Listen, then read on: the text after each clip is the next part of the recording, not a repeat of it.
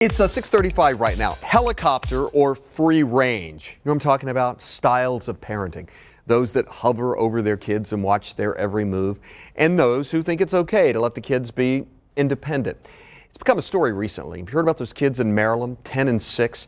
Their parents allowed them to walk a mile home from a park.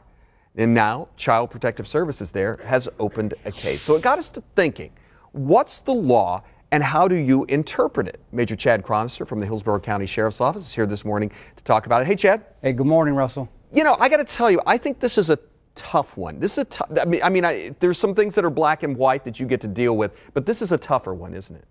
It is. This is some of the most difficult cases we investigate because there's so many factors that play a role.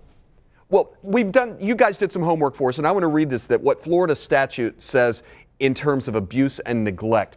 Neglect occurs when there is a failure or an omission to provide care or supervision that a prudent person would consider essential. That's pretty black and white. But then when you start talking about age, that's not black and white, is it? It isn't. When you talk about age, maturity, the potential danger to the child, there's a lot of I guess a lot of discretion for the deputy and Child Protective Services to look at. So every case is certainly different. We've got a 911 call. Let's play that and then come back and talk a little bit more about this. 911, what's your emergency? Hey, I have a little girl running down the street. She's about 5 years old, maybe. We try to keep her at our house because she's looking for her mother. Okay. And she wouldn't tell us where she lived, and she took off running down the street again by herself.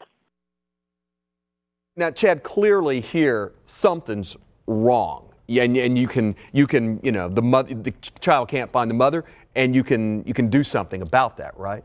And at face value, you're exactly right.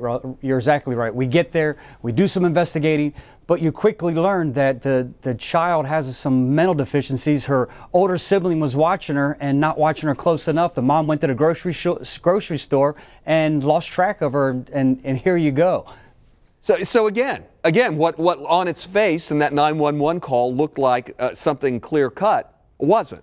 Right? And again, I think that's why it's so difficult to work these types of cases, because there's so many different factors that play a role. You know, when you talk about maturity of the child, circumstances, the environment surrounding, the entire call, you really have to take a look at every aspect before you make a decision. Now, I love the law. The child neglect law is there to protect our children, but you really have to interpret it case by case. And Chad, we're going to have to go, but I think, at the end of the day, and you just said at the end of the day, the child's welfare that is the bottom line here. Is the child going to be okay in that house or not? And that's what you have to weigh, yes? And every scenario is different. You're exactly right, Russell. All right. Hey, Chad, good to see you as always. Have a great day. Take care, you too.